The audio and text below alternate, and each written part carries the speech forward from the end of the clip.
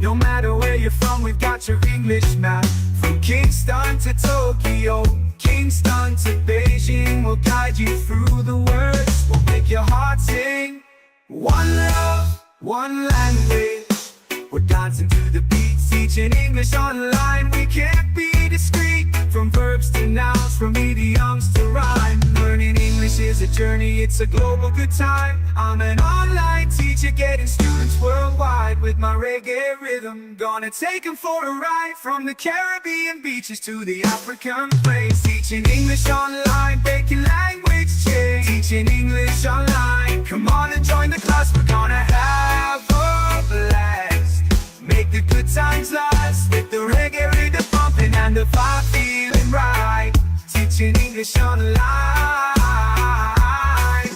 Spread the law online. Let's spread the law time. Breaking language rampant and the vibe feeling right. Teaching English online. Let's spread the love tonight.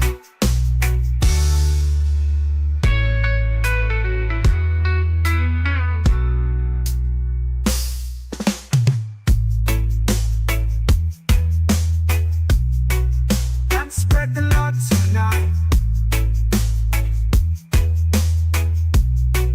Let's spread the love tonight. We're marching. One love, one language. We're dancing to the beat, teaching English online. We can't be discreet. From verbs to nouns, from idioms to rhyme. Learning English is a journey, it's a global good time. I'm an online teacher getting students worldwide. With my reggae rhythm, gonna take them for a ride. From the Caribbean beaches to the African plains. Teaching English online, breaking language chains. Teaching English online, breaking language chains. Yes. Teaching English online. Spread the love song on, join the class. We're gonna have a blast, make the good times last. With the reggae rhythm pumping and the vibe feeling right. Teaching English online, let's spread the love tonight.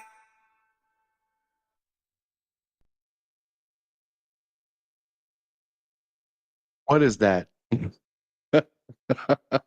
Well, okay, let me see. Here we go. That's, mistake of the life sometimes. All right. Thank you, everyone, to the early birds today. We're going to be right here helping you with your classes, especially your online classes, because sometimes it's really difficult to find students online. And today, we're going to have a special guest helping you. Katy Prescott is going to be here with us. And of course, too, my co-host. So let's roll. Here we go with a little bit of After the Good Reggae, putting you a smile on your face and help you with your online classes. Let's go with a little bit of rock and roll, baby. Here we go.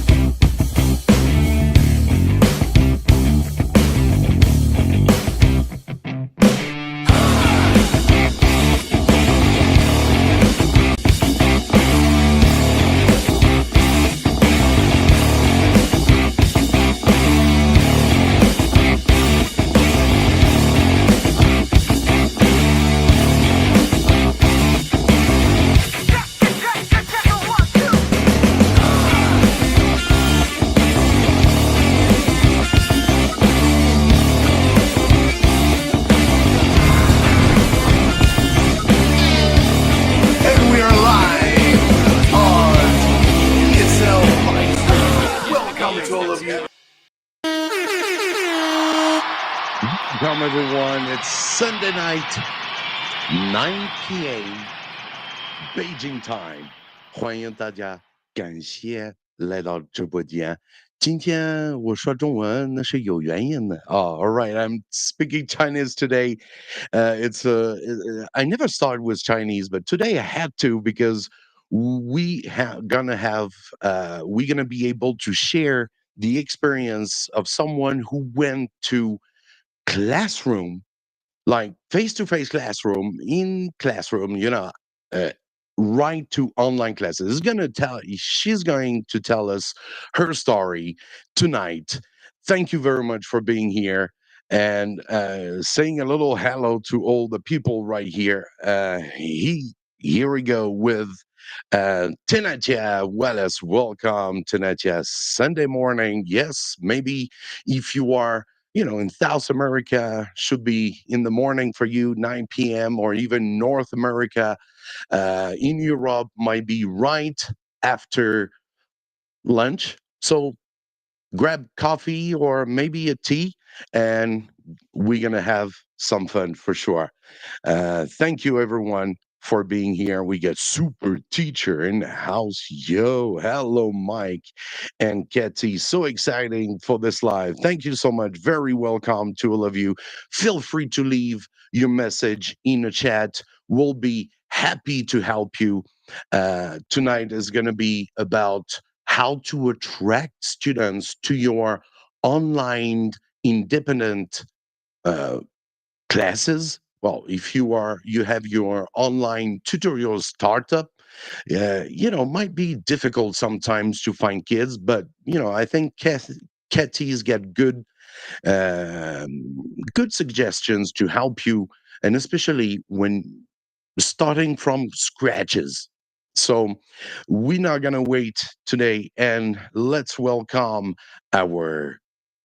my dear and your dear host, Stu from TEFL Lemon.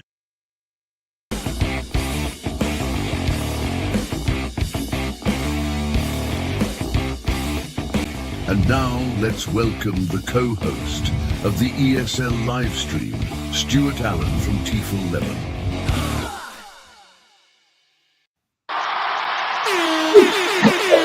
Wow, how many students we got tonight?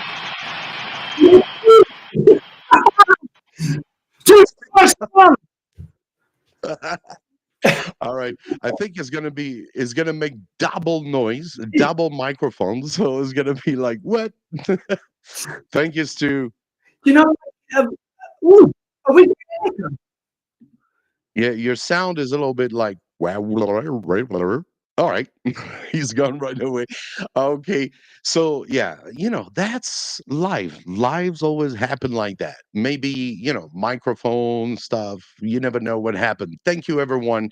We're not gonna wait anymore, and let's welcome our dear Ketty. Ketty is an entrepreneur in online classes. She's doing online teaching courses for students from all around the world. And she went, well, I'm not going to say too much. Just let's welcome her. Here we go.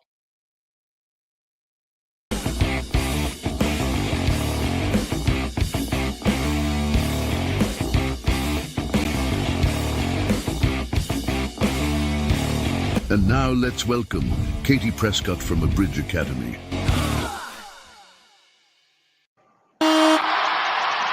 Welcome, Ketty. Thank you so much for being. Hi there, Mike. Thanks so much for having me. And I'm loving all the music and sound effects on this. It's awesome. Yeah, just put it a little bit of rhythm. It's Sunday night. People tomorrow's got to go to work. Well, even if it's Sunday morning, you still have the whole day. But got to be like a bit of being active.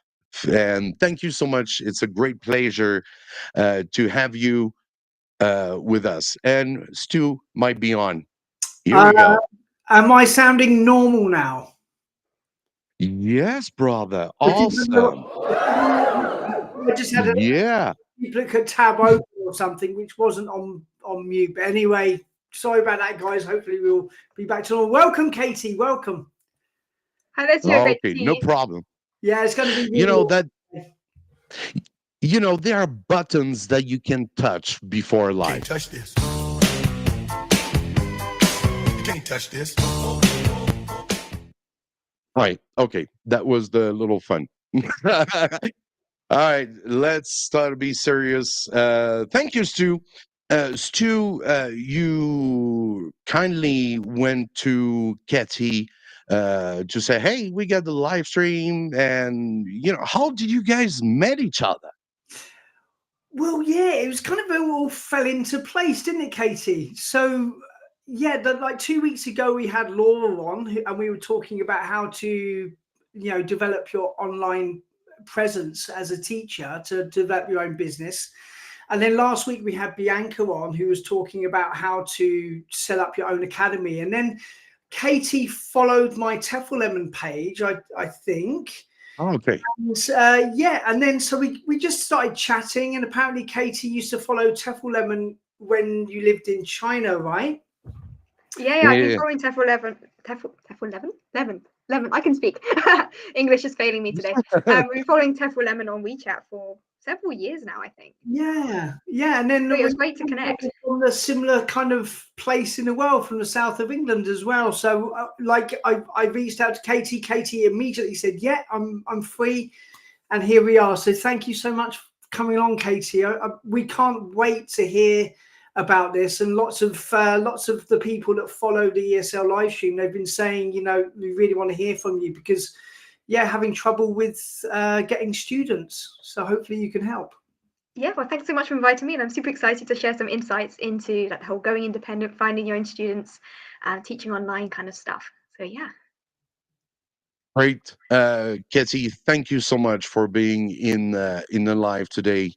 We've been chatting through WeChat quite long yesterday. That was really nice. Really appreciated.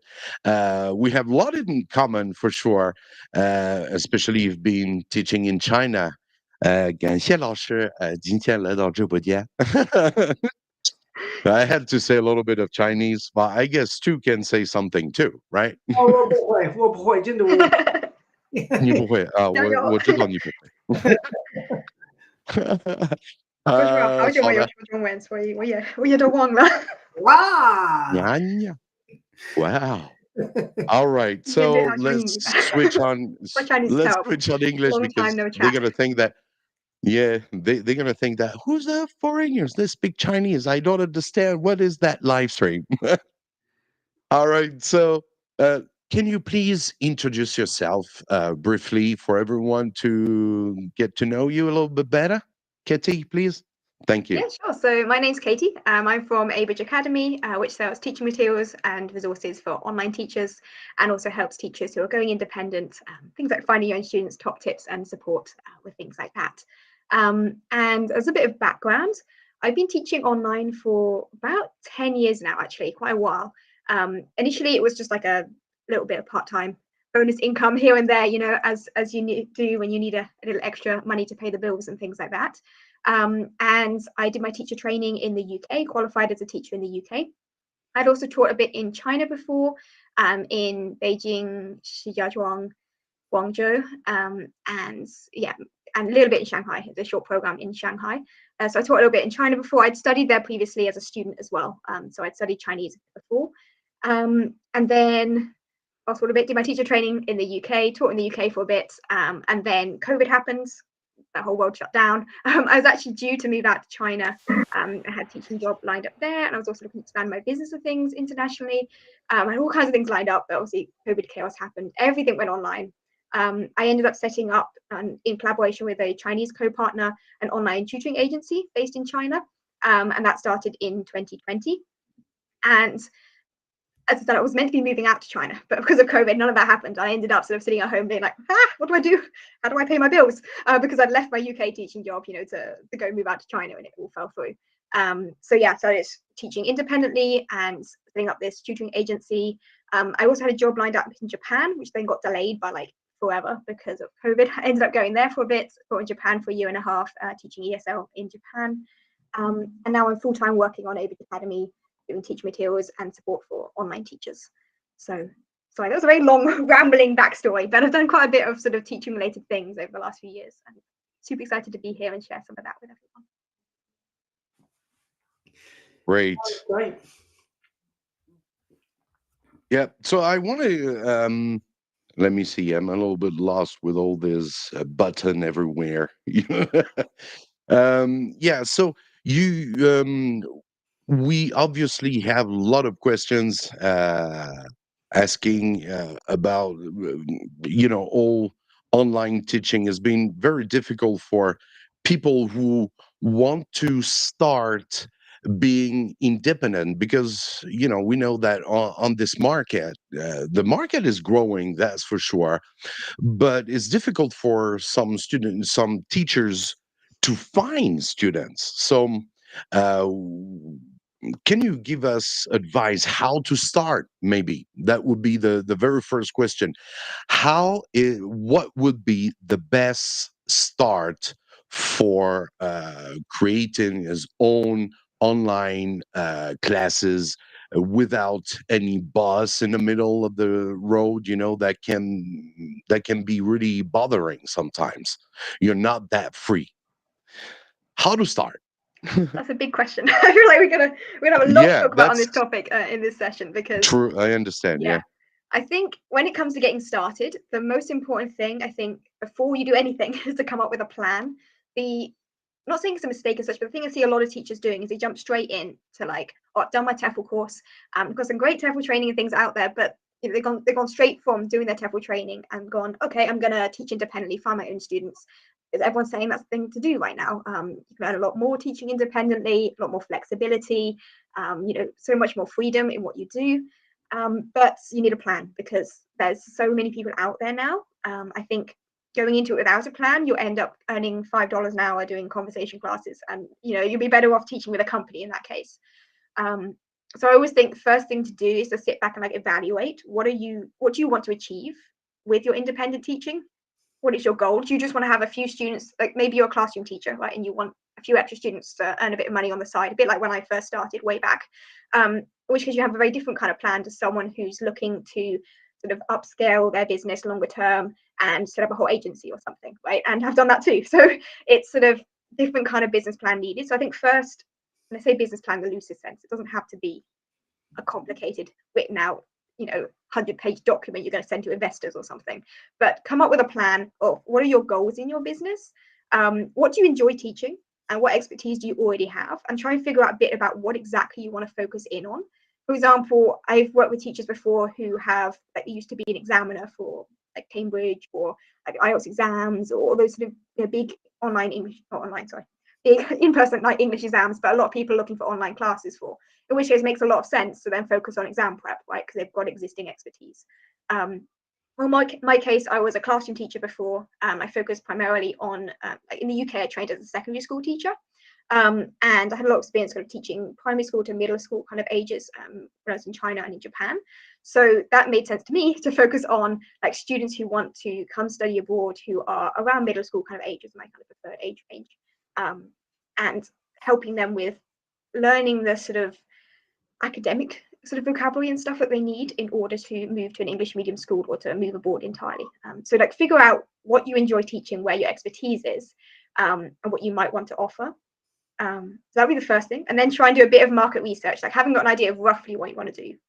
Try and connect with your target audience, whether that's on social media or it's through platforms you talked with before, or it's on like forum sites, or however you could connect with that audience, and try and get to know a bit more about them and what actually they want, because then you can design what you're offering around exactly what your target audience wants.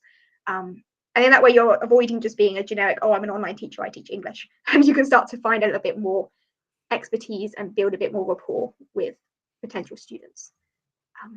A bit rambling, but hopefully that gives you a little bit of an idea of where to start with and try and put together a bit of a plan before you start. Right, exactly. True. You wanted to go. Yeah, Don't forget okay. to put the one. No, just waiting to see if you want to say something quickly. It can be really tough because I was speaking to a friend of mine the other day, and he's an online teacher. He's living in London, And he just broke down for me the reality for lots of online teachers. So he said basically he's using Preply as a company, and he said that basically they take a huge percentage of his earnings. He said that's one that's one problem that he has. So like, yes, they'll find you students, but they charge you for it like a lot of money. And he said another problem that he has is that he might be up against teachers who aren't from the US or from the UK, that live, you know, in Asia or whatever, where it's cheaper. And lots of these teachers are charging like $3 per hour. And you know, lots of these people learning English, they don't have a lot of money themselves, so they're choosing those teachers who are charging $3 an hour, and it's just not getting any work. So yeah, by finding your own students, this is, you know, you're overcoming two problems, right? You're not having to use these companies, and also you're not facing this competition that the platforms have. But how to do it? How would you find your own students? How do you go about beginning? Let's say you're on Facebook or whatever and you join online teaching groups. How do you touch those, you know, get the parents to, how do you do it? I think the first thing to do is not bother joining the online teaching groups if you want to find students in the group, because the online teaching groups are full of teachers, right? So first think about where your audience is. And it doesn't have to be on social media. I think this is the biggest thing that teachers jump to is straight away, I want to teach online, find my own students. What social media app do they use? And that's one approach, but it does take a lot of time to build an audience and connect with people on social media, because you're still kind of competing with everyone else on that social media platform. So actually, I personally would recommend first start out by looking at your own contacts. Like if I think about my own experience getting started teaching independently, 10 years back when I found my very first independent student, and it was actually for teaching maths, it wasn't even for teaching English. I was still a student myself actually at the time. I was still at university. And it was through a previous teacher who I had volunteered in her class. And then she happened to move to the same city as me that I'd gone for university to teach in a secondary school, sixth form actually, like high school. Sorry, British terms. Sixth form is like high school for anyone who's not British. And one of her students needed some tutoring. So she sent me a message being like, hey, Katie, do you offer some tutoring? Like this kid could be someone you could help. So that just came through a personal connection. And then similarly, much more recently, some people might be aware there were a lot of changes in the Chinese market in summer 2021. The government brought out new regulations, and that basically knocked out a bunch of the online ESL companies that were based in China. And at that point, my Chinese teacher reached out to me, and I've been taking Chinese classes. This was actually in preparation for supposedly moving to China again, which then didn't happen. But I've been taking online classes with a Chinese university, just sort of brushing up on my Chinese and all that kind of thing. And my teacher reached out to me and said, oh, I've got a couple of friends who all their English classes have been cancelled because the company they had classes with got shut down. Do you offer English classes? And I was like, oh, yeah, I do actually. I hadn't even mentioned it to my Chinese teacher. And she reached out to me anyway and was like, do you offer classes? And of course, I was already teaching at this point. So it made a lot of sense. So first start with those personal connections. It could be people you know who've worked abroad, or if you take language classes yourself, like your language teacher for Spanish or whatever probably knows other people who are Spanish speakers who want to learn English. You know, reach out to these people in an authentic way. Don't just randomly spam message people, you know, but you know, if they're friends with you or they're people you've worked with, just drop them a message saying, hey, I'm offering English classes. Do you have any friends who might be interested? Or maybe they've got kids, but their kids be interested. And even in your local community as well, like depending on where you live, in some parts of the country, there are quite a high percentage of people immigrating to the area who speak English as a second language. And they probably themselves have a good English level because they've probably come with work or something, but maybe their kids are also moving with them and they're moving to like an English medium school, and they're not going to have like the academic English, for example, they'll need to settle into an English medium school if they've come from a different country where English is not the first language. So I'd start with your contacts first. And then from there, you can grow even just through referrals from your contacts. And sort of slowly build up things on social media, like post valuable content, share some interesting ideas, share some insights into what you're teaching, build up a bit of an audience, but that takes time. So I think these two things are, two strategies that can kind of help. Yeah, so kind of like growing your like your potential student list organically. So rather than just like spamming people who say, you know, like you know, hi Jennifer, how's it going? You know, blah blah blah. You know, just talk about things and then slowly reach out from there. And also potentially that parent or that teacher may not have anything right now, but you're back on the radar. And then once they hear something, you're going to be the person that they contact. Exactly. And it could just be people, you know, who you don't even think of as being a useful contact, who will reach out to you. Like, I don't know, your local librarian. Let's say you went to the library and you chatted to the librarian and you mentioned, because, you know, you're getting the word out a bit, you mentioned you're offering English classes just as a side, you know, they ask you what you do, you know, what's your job. And then next time you pop in the library, they'll say, oh, we had this family come in who were looking for English textbooks and they were struggling a bit. And actually they wanted a teacher. And you never know, that connections come through the most bizarre contacts you've not really necessarily thought of, but it's authentic, and I think that's the key thing. Yeah, we've got someone in the chat on the chat said, read with teacher Katie. You only need one good student, and referrals are the cherry on the top. I saw that one. Yeah. What Katie, how about referrals? What would you say about that? I think the referrals are really, really powerful. Like, people trust what their friends recommend to them. If you're just searching online for, imagine you yourself are looking for a Spanish teacher, right? And you just search online for a Spanish teacher. There'll be thousands of teachers out there that pop up. There'll be big companies, and you think, okay, big legit company, that's more trustworthy maybe. There'll be individuals on platforms like you mentioned, Preply already. So what's going to make you pick an independent teacher? It's going to be a little bit difficult even to find them just through search. Whereas a referral is someone saying, I already take classes with this teacher. They are a fantastic teacher. I really love them. I think you should take classes too. And that is so much more powerful because you've got a person recommending you, and they've got that trust with their friend who's going to recommend them a good teacher. And also, I would say in general, people tend to know people who are similar to them. So for example, if you're targeting, I don't know, university students, they're going to know other university students who also want help with academic English for assignments. Or if you're teaching phonics classes for really young kids, their parents will know other parents, like through mums and dads chat groups, or, you know, their local connections. So referrals are really, really powerful. And there's things you can do to try and promote and encourage referrals, but genuinely the most important thing is just being a good teacher. Like, if you're a great teacher, people will recommend you. And they just need the occasional reminder perhaps to prompt them when you have a bit more time in your schedule you want to fill up. True, like Brad was saying, it's all about sending yourself and keeping your contacts on WeChat. Well, of course, if you've been in China, for sure. But it's yes. So, and then teachers in China don't know generally how to connect with Chinese parents. Like, that's what I was saying the past live last week. It's just sending moments. WeChat, you get that option, moments. You can even share what you're doing. You know, taking, just let your just use your phone, and well, of course you get to hide your student's face, but you can just let them see what is the result, right?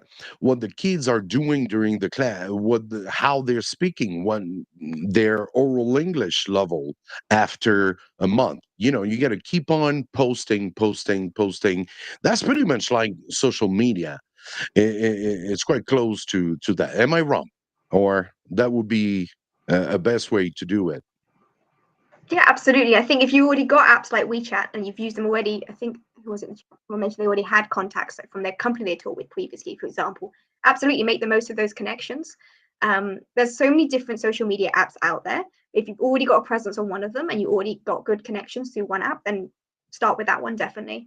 And WeChat in particular, if you're targeting Chinese students, then you kind of have to have WeChat. I don't know how anyone could survive without WeChat in China. Like, it's when I lived in China, I probably spent 2 or 3 hours a day just on WeChat, I swear. I mean, some of that was just procrastinating, looking at people's random videos and stuff, but like, you need it for messaging, you need it for paying for stuff, you need it for literally everything. So. Yeah, it's a great app. I just wish people around the world knew about WeChat. It's probably the biggest secret, you know, outside of China. No one knows about WeChat. It's like amazing. It's like leaves WhatsApp in the dust big time. Yeah, it's an amazing app. Facebook too.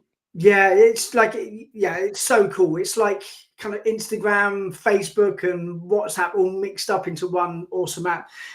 What about if you're a teacher, and this is going to be quite difficult to answer, I fear. Let's say you're a teacher and you've never been to China and you don't have WeChat, and you don't know where to start, and you kind of start out with no contacts, and there will be tons of people watching this now and they'll think, yeah, that's me. So what would you suggest? I would say first think at who your target market is. I don't want to put people off the Chinese market. I think there's a lot of potential teaching Chinese students. I've had some fantastic experiences teaching in China and online to Chinese kids and adults, like Chinese students in general. There's a lot of potential there. But I would always think first, like, is it definitely the right market for you before you jump into something? And the reason I say that is because all of the social media platforms are different in China, because they basically blocked all of the foreign ones. Like, you can't get Facebook, you can't get, I'm pretty sure WhatsApp's blocked. I don't know, I've never used it when I was in China. Instagram, TikTok, all of the ones that we're familiar with don't work in China. So if you want to connect with Chinese students, you're going to have to learn new apps. And it's not too complicated. Most of them have got the same basic options as you have on like foreign social media apps, but it just requires setting up and getting familiar with a different system. So firstly, plan, is China the market for you? Is always my first recommendation. If you do want to go ahead and focus on the Chinese market, then have a look at apps that are more like public. So the thing with WeChat, I would say the easiest comparison to WeChat is WhatsApp, because it's a private messaging app primarily. It's got other features too, and there is like WeChat channels and these sort of things, but primarily it's a private messaging app. And if you don't have any contacts, you've got no one to message, so you're kind of stuck, because you need to know their number or their WeChat ID or their QR code to connect, right? So instead, there are other apps, like probably one of the most popular ones that I really recommend is Xiaohongshu, and Xiaohongshu it's called Little Red Book in English. It's kind of like Instagram-ish, with a few sort of Pinterest features. It's also got this random e-commerce aspect where people can sell stuff through it, all kinds of stuff. But it's kind of like Instagram. And the idea is you can post content, and even if you've got zero connections whatsoever, people can find it, because it's based on an algorithm that's recommending the content to other people. So I would start out by going on an app like Xiaohongshu, posting valuable content that's relevant to your target audience, that's useful, like interesting stuff. Don't post about your classes. Actually, that's not even allowed on Xiaohongshu. You can't directly promote your classes anyway. But don't post clips in your classes, but instead post something like, these are my top 5 tips for improving your vocabulary or something. And that algorithm is going to reach the right people, and gradually your audience will grow. Great. We got a very good question right here from Cheesecake on the M. Here's the question. As a teacher with experience in the classroom, how do you balance teaching online along with teaching daily classes? What was your teaching schedule at first? I think this is a big challenge, and it'd be interesting. People in the chat want to let us know if you're classroom teachers, because myself as a classroom teacher, depending on, I've taught in various different environments. In the UK in particular, classroom teaching is pretty intense. So I was working like 70 or 80 hours a week. Like there'll be obviously actual classes, but also the planning and the marketing and all that stuff, right? So finding the time is firstly one thing. And I would say in that case, just look at your schedule, right? Obviously you'll be in school from probably about 8 until 5 maybe, but you have your school day. But outside of time, think, do you want to get up really early? I know some teachers do that. I'm not a morning person, absolutely not a morning person, let me tell you. But I know some teachers who are based in like the US, because of the time zone difference. If they're teaching kids who are based in Asian countries like China, they're getting up at sort of 3, 4 in the morning, teaching a few hours before work. Then they go to school and teach all day, and then they sleep, I guess, in the afternoon. So like think about your schedule and where the gaps are that line up with where your target audience is based, and that might actually affect which audience you focus on, because you might decide that 5 a.m. classes are not for you. So if you're in the US, don't teach Chinese kids, teach ones in South America perhaps, who you can teach after school hours instead. But yeah, think about your schedule, where you have gaps, obviously weekends and things like that too. But it's a challenge. Thank you. Now, we had a question as well from Tenetia Wells. Do you recommend your own website when you go independent? This is an interesting one. Yes. I would say if you're first starting out, don't bother with a website. If you're targeting Chinese students, probably don't need to bother with a website either, because I don't know, my own experience working, like when I was in China, no one used websites. I mean, big companies have a website, but the main point of the website is to stick their WeChat QR code on so you can follow their WeChat official account. Like, they don't use websites to the same extent as we do in, like, I'm in the UK, and the same in the US, I think. You know, websites are a big thing here. So I would start with a social media presence and direct your students to your social media to connect with you, and do that first. If you want to create a website, think about what the purpose of the website is, because a website by itself is not going to generate students. Because if you think about Google search, if you search for English classes on Google, you're not even going to be on page 100 of Google if you've got a brand new website with just your face on it and a contact form. So the website is not going to generate students. You have to direct people to it. So you have to be intentional about how you design the website. And you can use it, for example, you're creating an email list. You could have your website promoting a sort of lead magnet thing, a freebie. You direct people from your social media to your website to sign up to your email list, and then you can promote classes. Or you can have a website that's got like a booking system built into it. People can book and schedule things in that system. I know, so I saw Ivy in the chat earlier from Super Teacher. That's basically what she's built. There's all these things you can do with a website, but when you're first starting out, I wouldn't bother, because it's a lot of work. As someone who maintains a website myself, like with ABridge Academy, obviously, like that website took a hell of a lot of work to build. It takes a lot of time to maintain, and it costs money to have a website too, you know. So I would only create a website when you need it, which is usually the point of scaling your business rather than just starting out.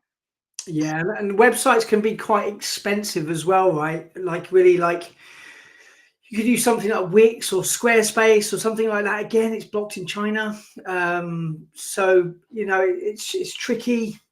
One thing I would really suggest, because I teach online myself. I do about 3 hours, 4 hours a day. And then once I finish my online teaching, I do my TEFL and stuff.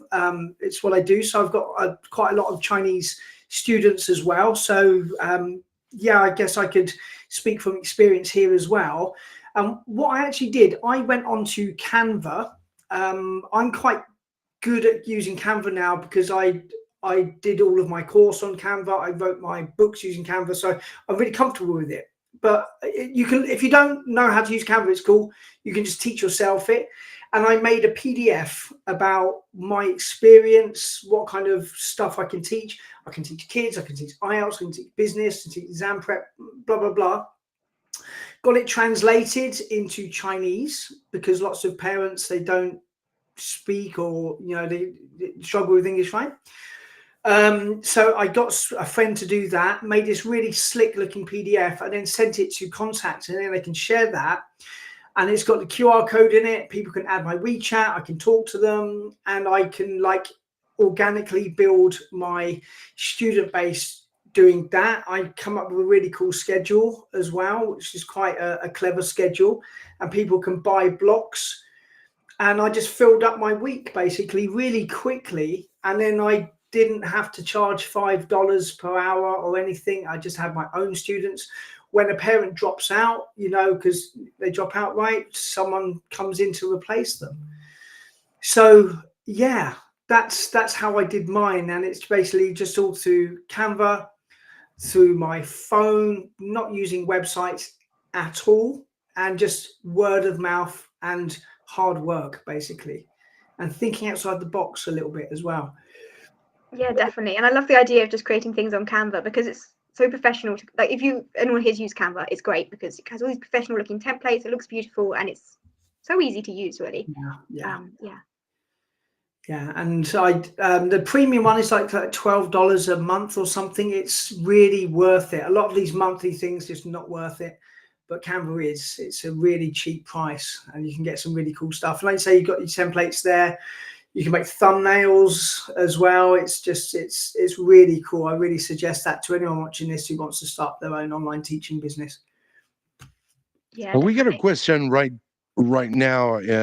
Good question. We're talking about money as well. If you've never been in China and want to start online teaching with Chinese, the very first thing, you need to find a way to accept payment and transfer your earned money outside of China, of course. Thank you, Camille. Yeah.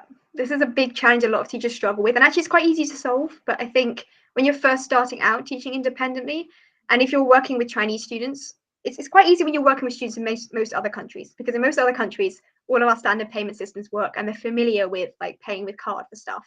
Something I found, like when I lived in China, I probably only ever use my bank card to withdraw cash from the ATM once every few months, and then that's it. Like literally everything is done on WeChat Pay, and it's really hard to explain this to people who don't live in China. But like I would just walk out with my phone, okay, and I'd wander along, and I get on the bus and scan, okay, and I want to buy some snacks, scan the QR code. Want to do my weekly shopping, scan the QR code to supermarket. So that's what they're used to. They're not used to putting a credit card into a website to pay for stuff, and also because of the money regulations in China, it's not very easy to send money abroad. Like it's just complicated. Really? Yeah. Like you spend all day in the bank, all day sitting in the bank, all day. Yeah. Filling out forms. It's a nightmare. And even like the smallest amount, I remember one time I was just walking across the border into Hong Kong, right? And I wanted to change, it was like 200 RMB or something, like $20-ish. That I just needed to pay for I hadn't got any Hong Kong dollars, so I had to pay for the train the other end, you know? And so I went into the bank and I was like, I just need to change this 200 yuan into Hong Kong dollars. And they said, okay, sure, here's a form and here's another form. And it took me 3 hours. Yeah. Yeah. To change 20 quid. Yeah. It's so inefficient. Yeah. And I guess a lot of the people watching this, they won't understand the WeChat thing. So like you say, Katie, everything's on your phone. If you buy vegetables, you scan a code. If someone sends you money, they can send it to you in WeChat. It goes onto your WeChat balance. You can accrue that, and then you can send it to someone else. It's this online, like an intranet just for China. So if you have Chinese students and the parents go, right, what's your WeChat? And you're like, you live in South Africa. How do you get that into Rand? Do you know what I mean? First thing, do not accept the payment through WeChat directly. I've seen a few teachers do this, and you get stuck in like your WeChat wallet. If you are not in China, you can't withdraw the money out of your WeChat wallet. And it's fine if you live in China, because you can just transfer it to your Chinese bank card. And I've still got my Chinese bank card, and I can withdraw money from my WeChat to my Chinese bank and then like take it to an ATM and pay some ridiculous ATM fee and withdraw it here in the UK if I wanted to.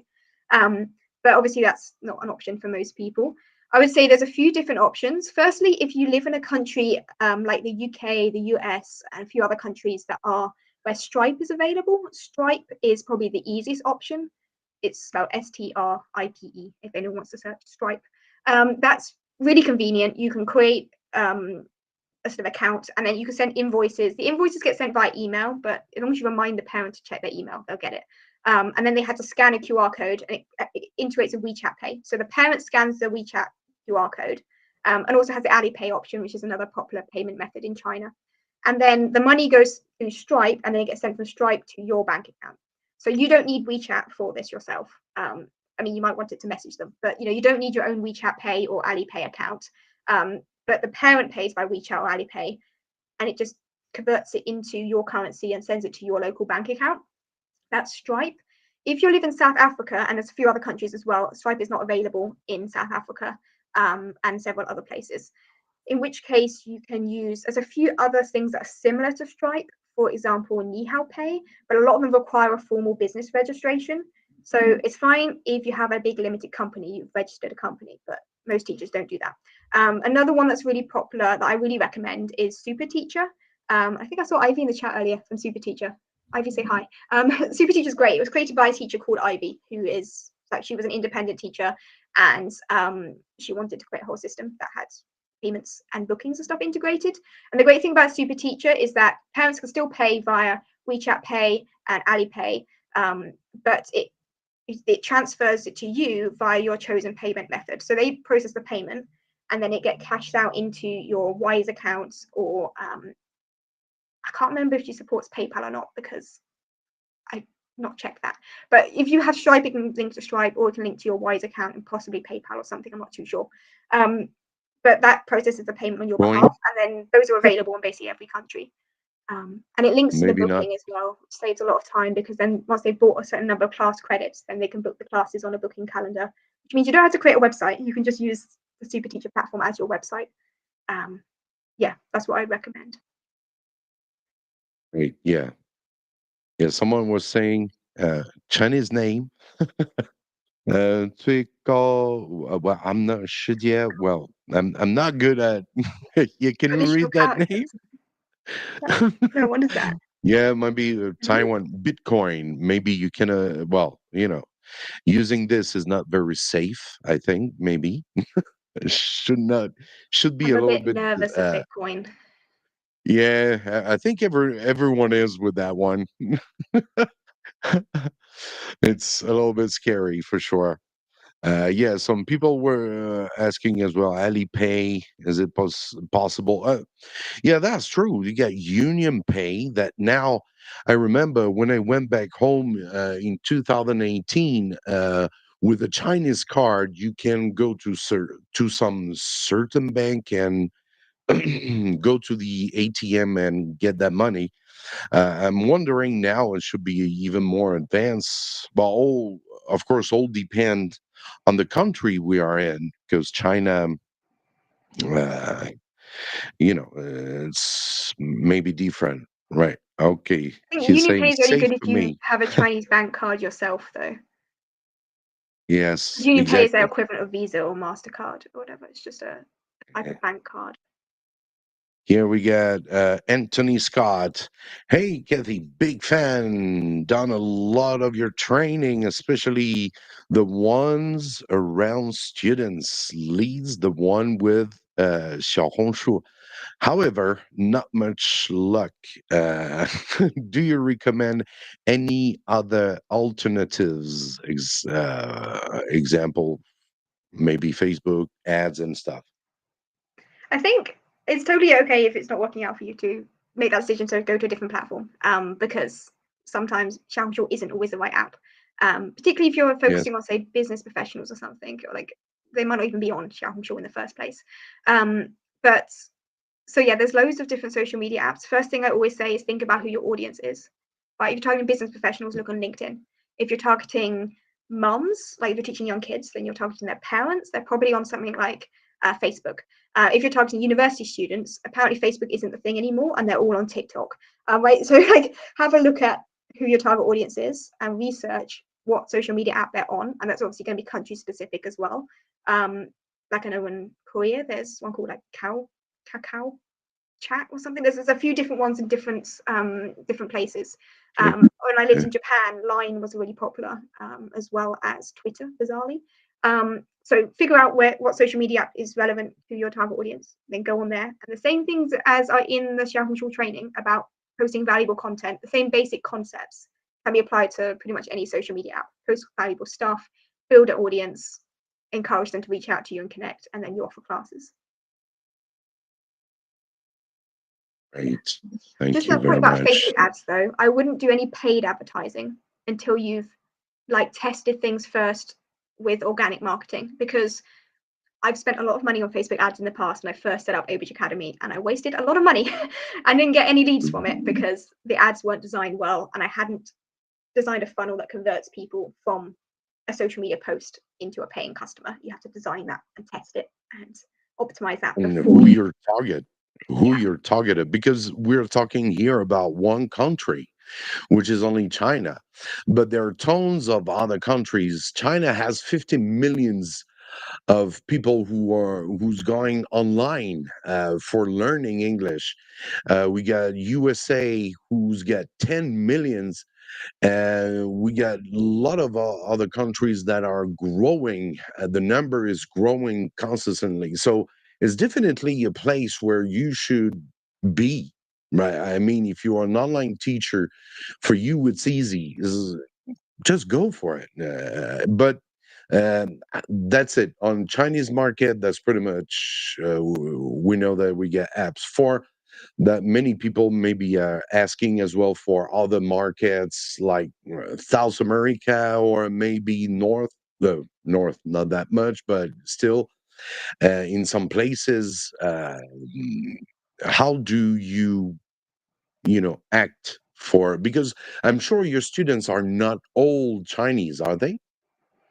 No, absolutely. And I think it's actually quite a good idea. Even if you do have a lot of Chinese students, it's good to diversify and have students from other countries too, just in case China does some great, like, let's be honest, China occasionally does some interesting new rules and regulations come out. Who knows? Maybe tomorrow the whole thing gets shut down, like they close all international payments or something. I'm always a bit wary of some of those things that can happen.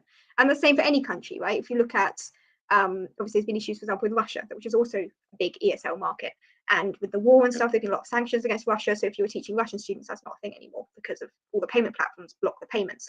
And let's not even get into the sort of moral and other kind of issues around all these sort of things. So it's always good to diversify and have students in a range of places. Also helps with different time zones because then you can teach different times of day. I would say, kind of what I was saying before though, just find the apps where they are, post valuable content, connect with them. And when it comes to things like Facebook, don't just go into like teacher Facebook groups. Go into Facebook groups for English learners and post content in your students' target language. Sorry, in your students' native language, teaching them how to learn English, because they're not going to be searching in English for stuff. If I think about, for example, my own language learning, when I was learning Chinese, when I first started out learning Chinese, I was like 13 or 14. Okay, I was still a teenager. And I would search for things in English because my Chinese level was like HSK 1. Okay, I could barely write a sentence. So I'm not going to be searching in Chinese for how do I use the different kinds of de for like grammatical particles in Chinese or something. I'm not going to search that in Chinese. I don't even know how to phrase a sentence. So they're going to search in their native language. And even now, like I passed HSK 5 a few years back. And like I can understand things written in Chinese. I can read things in Chinese. I watch things in Chinese. But even now, if I want to look at a grammar explanation, I'll search in English first because I'm a bit lazy. So yeah. Oh, Stuart, I think you're muted. Stu? My audio messed up. What's happened there? Oops. I can hear you. You're on mute. Okay, it's good. It's good. Yeah, yeah. Okay. I pressed the button. Okay. Yeah. What I was saying is basically I'm HSK 4, and even HSK 5 is really, it just goes up like that. It's a really far past HSK 4. And I would still look in English. I would look for info in English. I think even if I was HSK 6, I'd probably still do the same. That's a great tip, Katie, actually. Like, yeah, just translate it and then just do that.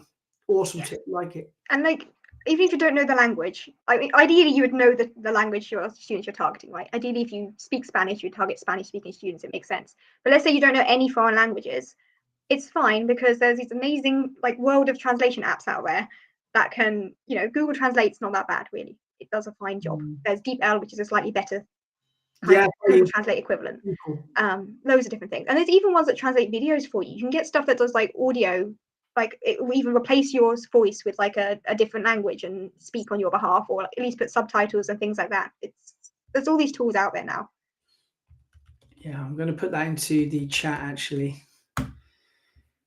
Yeah. The market in Ukraine is really growing.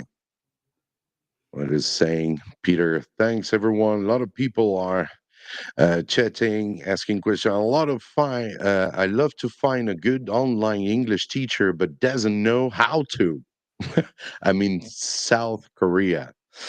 Yes, it's always a big issue. Teaching online is really it's not that easy. Even for me, I've always been teaching in the classroom, and when it comes to, I'm very active with a lot of actions, and then you got to minimize. Usually you can do big actions, but then you got to be like smallest, like listen, or like a lot of stuff that I'm not used to. Well, I it's just a matter of practicing, I think, and then you're gonna find the ways. And I think you when you have the good teacher who teaches you how to teach online, you can make improvements really, really fast. You know And what, Mike? Katie, yeah, tell me, bro. Yeah, so basically there's a really good webinar out. It's about 18 months old now. A guy called Jake Whidden, good friend of mine, and he did a webinar of how to engage. He's done a series, like a 2 or 3 series of how to teach online, and it's about an hour long. And I suggest everybody to watch it, because it will make because as you say, it's different being classroom teachers and online. Is that the link you put in? Yeah, I'll search for it now. Really. Oh, okay. I thought that was this one. I will search for it now. But yeah, carry on without me. I'll search the link now. But everybody, check it out. It's How to Teach Online. What's his name? Jake Whidden. Jake Whidden. Oh, okay. Yeah, I'll put that into the chat box now. Yeah, you can put the name. Yeah. That would be. Yeah, that's what was asking Charlene. Oh, yeah. I missed the other topic about how to have an engaging online class. Yeah, that was topic of last week. Yes. Well, I'm sure Kathy can say 2-3 words about it, because Kathy has a very great website which helps you step by step into your own. As an entrepreneur, you start to work online with your own. You want to do your own online classes. Sorry, looking for my words. It's called A Bridge Academy, right? Yes, yeah. So with Abridge Academy, And you get free curriculum. Yeah. Yeah, we've got a free tier as well that people can use to try out the curriculum. So yeah, if you're looking for interactive and engaging teaching materials, like we say, I think the big challenge with teaching online, and I see a lot of teachers using like PDF textbooks and things, you kind of screen share a textbook, but particularly if you're teaching kids, that they need things they can do. Like just looking at something on the screen, even just annotating on a PDF, it's not really giving them that level of engagement that they need to really engage. Sorry, use the word engage about 10 times that sentence, but you know what I mean? They're not getting the same level of engagement when they're looking at a PDF textbook. And of course, there's lots you can do as a teacher to be more dynamic and things, but you want them to actually be able to interact directly with the materials. So Abridge Academy offers interactive and engaging teaching materials for online teachers. There's a step-by-step core curriculum, which kind of replaces the basic concept of a textbook, where you have lessons that build on each other and follow a set sort of series. So that's the core curriculum. And there's also the expansion courses, which cover sort of more specialist topics. Some of them focus on really specific English skills like grammar or reading skills. There's like a debating program, which is super popular. That's great for like advanced speaking skills, things like that. So you've got all of these different materials that teachers can use, and got a lot of wonderful feedback from teachers because everything's so much more engaging. It's designed for kids to click on things. They can move things on the screen. They can type in the boxes and fill out little quizzes as they go. There's all of this interactivity built in. So yeah, a lot more engaging, hopefully, than just a textbook. Yeah, it's awesome. It can be so difficult to, like you say, engage students because it's very static. The students just staring at a screen, and it's really hard to, it's really easy to switch off. So by having something engaging like that, and they're actually engaging learning, it's so important. And the student experience is so important, because at the end of the day, they're the ones that can, if they're younger learners, they can turn around to their mum or dad and go, I love Katie, and I love her classes, and I want to continue. And that's going to help word of mouth. It's going to assist you. So yeah, everybody, check out Abridge Academy. Thank you. Yeah. And I also say that save teachers a lot of time. Like for me, myself as a teacher, each of the lessons for Abridge Academy takes like at least a day to make. And I know that if you're just making them yourself, you probably don't need the same level of interactivity and stuff that are built in. Like teachers don't necessarily do that. But even if you're just doing it for yourself, like a quick PowerPoint, it could take you hours to plan one lesson. So we've got everything provided for you, the slides, lesson workbooks that kids can print out for homework activities, flashcards, lesson previews, all of that there. So. And that's multi-level, is it? Yes, yeah. Cool. Yeah, I'll check it out for myself, I think. Fantastic.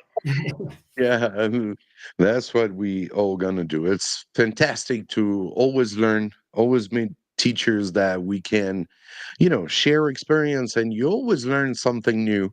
That's great. Thank you so much for accepting our invitation. I'm just gonna check out in the chat if someone. So you just send the link, Stu. Yeah, that's it. In the chat. Yeah, that's well worth, and that's not that's just literally tips of how to engage students. So I mean, you can have your own textbooks, you could have material from Abridge, and that link that I've sent there is basically how to teach online. Really good tips, actually. That's fantastic. I think a lot of teachers sometimes get into the mode of, oh, I've done a TEFL course, like that's it, I'm done. But like always doing a bit of professional development and watching those sort of videos and top tips from teachers, particularly if you're moving from like classroom teaching to online, super useful. Yeah, because actually what that was about, Jake's mate, one of our mutual friends, he did a master's in TESOL, and his dissertation was online strategies for teaching. So he did comprehensive research for his dissertation, and the research that he found of how to engage online learners informs that webinar. So it's research informed as well. Oh, fantastic. Yeah, I guess some people are arriving on the live, and we had that big long message. Thank you so much to Maria Alejandra. Muchísimas gracias. Hello, greetings from Argentina, and nice to see all of you. I love the teaching online, but drawback is always which payment method. And we were talking about so her question is pretty much as regards our European payment method or South America, it would be Stripe. Yeah. I'm not sure that's it's what you available though recommend. if you're in Argentina. You'd have to check. Exactly. Or Yeah. PayPal, maybe. PayPal. Yeah, I'd say Stripe, if you can, is the best option. PayPal is fine, but like the fees are kind of high. I personally would say Super Teacher is a good one. Superteacher.net, not .com. But if you go to Super Teacher, Super Teacher works in basically all countries except for like a few ones like Russia and North Korea that are sanctioned or whatever. But every other country, Super Teacher works for. So that would definitely work. But yeah, I don't think Stripe's available in Argentina. I know that there are agencies and companies in China, and they will kind of be like the middlemen. So they will take the payment and then like hold it for like a couple of days and then release it to countries in South America or whatever, and they charge like 0.7% of the transactions. Let's say it's 100 renminbi or something. They'll charge a very nominal fee, and that works as well. Yeah, I've seen some teachers in like the Philippines in particular. It's another one of those countries that's really hard to get payments into the Philippines. I've seen them mention like Gcash, and someone doing something with Taobao to Gcash, some kind of payment thing that teachers are talking about. Yeah. How about Apple Pay, maybe? Apple Pay? No, maybe. Maybe. I've never tried. I don't have an iPhone, Yeah. so maybe. Yeah, me too. I'm not a fan of Apple, so except for the fruit. That's a bad joke. All right. Good. So thank you very much. I can see if you guys got any more questions. It's the time. We're not gonna retain Ketty for too long. It's Sunday morning for her. You are in Britain, right, Yes. Ketty? Just to make sure. Yeah, so it's early afternoon actually in the UK. Okay, great. All right. So you guys are in UK. I'm the only one in China. So it's all good. But, that's how technology can be super cool, huh? Online teaching, sharing teaching tips together. Hope you guys get the live. Don't forget to give some likes and subscribe to the channel, and as well go check out a Bridge Academy. She's got a free curriculum. What is this free curriculum? Can you tell us a little bit more about this? Because yeah, sure. So there's actually like different tiers of membership, but the free tier gives you like a taster or across all of the different levels and courses and things that are available. So it's a good way if you're just starting out, and also like if you're just starting out, for example, you don't want to pay for anything yet, right? Because I'm always a big fan of You want keeping things to have a minimal. test, a taste. Exactly, test it out, and like you can use Yeah. the free lessons like as trial lessons with your students. Check your students are happy with stuff. You get access to the promotional materials like the things you can send to parents, the information on the curriculum, and if they're all happy with it, then you can always upgrade later.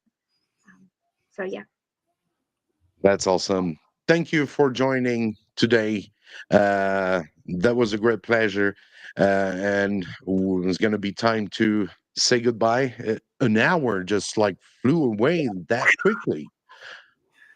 Yeah. Like Thank you so so much for fast. having me.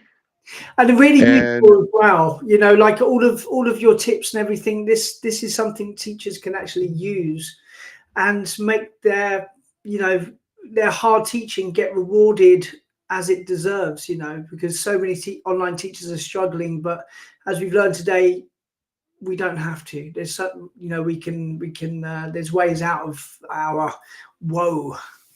Yes, definitely. And I think it's exactly. always worth, like, even if you're teaching with a company, you just want to start building up your independent, words, talking too much today. You want to just build up your independent teaching on the side. Like, Yeah, start you can working do on both, it. right? You don't have to really, go all chips in and drop the online company. You can do it and then get to a stage where it's working, and then you can, True. Absolutely. Exactly. buy the nest. Balance everything. Exactly. Thank you so much. That was a great pleasure to have you with us today, Ketty. I hope to see you again on the ESL live stream. You will be very welcome to share your expertise with all the teachers, and I hope it's been helping you as well in the chat. We're live on Instagram, TikTok, Facebook, and LinkedIn. I hope you guys just let us know in the comment, even if you're watching the replay. Thank you for watching, and just feel free to comment, ask a question. We always check the messages that you left. Thank you so much again, Getty, and I'll see you in another live, hopefully. Cool. Well, thank you. Yeah, thanks All so much. right. Okay. Very welcome. Cheers.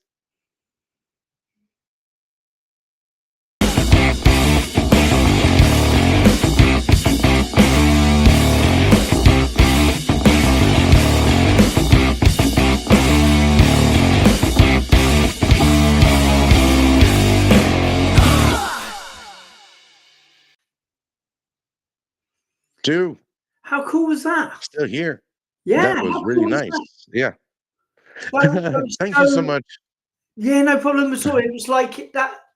I think, just being objective, like, not being a host. If I was a teacher on this live stream, that could be a real game changer for your career and how you do things, and how, life changing really. If this is your career, how to break away from these companies and, really get on your own feet with what we do. Exactly. I'm going to think about going teaching online. Yeah. I think it's going to be, I'm going to get too busy. No, I'm not. Well, when it was COVID, of course, we had no choices than going online. So then I had a little experience at the beginning. I was quite struggling, but it was interesting in a way that challenges, Mm. I love that, when something, but the situation, no, I didn't like it because that was something quite difficult. Yes, you can find the link if you click. For example, we have QR codes like that. Remember, A Bridge Academy, free curriculum. You can watch the live in replay, and you can just screenshot, on your phone. Whatever the phone you get, you screenshot very easily, and then you can scan after that. And yes, so that you can got the link right away. Usually the links should be in the live, but apparently I don't know. Live stream, Restream is not putting the link into the live, maybe because it's too spam a little bit when you put it on the screen and then it goes on the chat as well. It's a little bit too much spams in the too much maybe messages into the live. Okay, thanks, very welcome. So Stu as well, the 50-hour free 50 hours TEFL course is still on Absolutely. In fact, forever, you said, right? yeah, I can't believe it. Yeah, so Aki she's one of the students on the 50-hour course. So thank you for coming along. Yeah, nearly 2,000 students at the moment. So it's been like, yeah. Shout out to all the students there. Yeah, so it's gone really, really well. And a bit later on, there's going to be a free draw. All the people that have finished, one person's going to win a full course. So yeah, wow, look forward to that. So when you finish first, you're gonna the first to finish, you're gonna have the full course free. No, so tons of people finished already. It's only 5 people on the course. So anyone who's finished and they've emailed me their certificate of completion, they enter the draw to win the full course. So I'm draw. Okay. in about 2 hours. So yeah, very, very cool. And Tatiana also took the course that's in the chat box as well. Okay, great. Tatiana, big shout out to you. Thank you so much, everyone, on Facebook and on YouTube, TikTok, Instagram. That's crazy technology, how we can work on it. I can see all messages from all these platforms except TikTok, because on TikTok is different, but I can see, and Instagram as well. I can see only 3 platforms: LinkedIn and YouTube and Facebook. Right. And you get Ketsy saying, oops, left. Haha, thank you so much for having me. But it's okay. You have the link. You can come back again if you want to, if we want to chat, a little debriefing after the live is always good. Thank you so much, Stu. That was awesome for today. Hope to see you next week in another ESL live stream. I think online teaching is quite a hot topic these days. And a lot of people were worried about how is it doing in China. And yes, she's here. She's back. Okay, we're going to have a little talk. Thank you, everyone, for being here today. We're going back to normal in China, just to let everybody know a little bit how's the market. It's with new policies, so it's taking time, but it's reopening slowly with new policies and new rules that I'm not really aware of it. But now, if you have a training center, it's all good. It's all back to normal right now. So nothing to worry. Thank you so much, all of you, Tatiana, all the guys into the live, and thank you so much to you as well, Stu, for being here and always sharing your expertise. Thank you so much. No problem at all. See you next week. See you next week. Hey, DJ, it's time to put the the song on. Cheers, man. See you, everyone. Remember, every Sundays, 9 p.m. Beijing time, the ESL live stream, the teacher's live stream. Cheers. Bye-bye, everyone.